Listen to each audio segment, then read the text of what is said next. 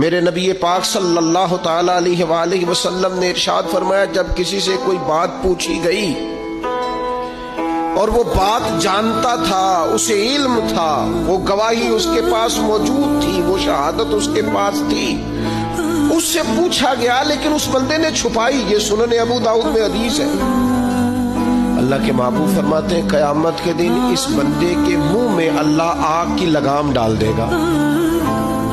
لو اب تیرے منہ میں لگام ڈال دی اور وہ بھی آگ کی، اب نہ بولنا، کیونکہ جب حق بولنے کا ٹائم تھا تب تو نہیں بولا، جب تیری ضرورت تھی، جب تیرے کہنے سے مظلوم بچ سکتے تھے، جب تیرے بات کرنے سے ظالم پکڑے جا سکتے تھے، جب تیرے دو جملے کہنے سے کسی شخص کی زندگی بھر کی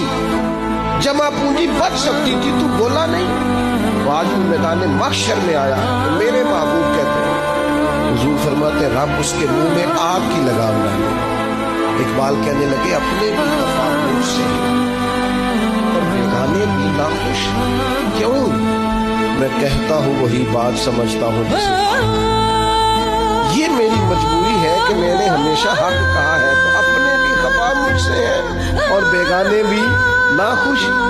سب جگہ پہ میں ملامتی ہوں، ہر شخص میرے بارے میں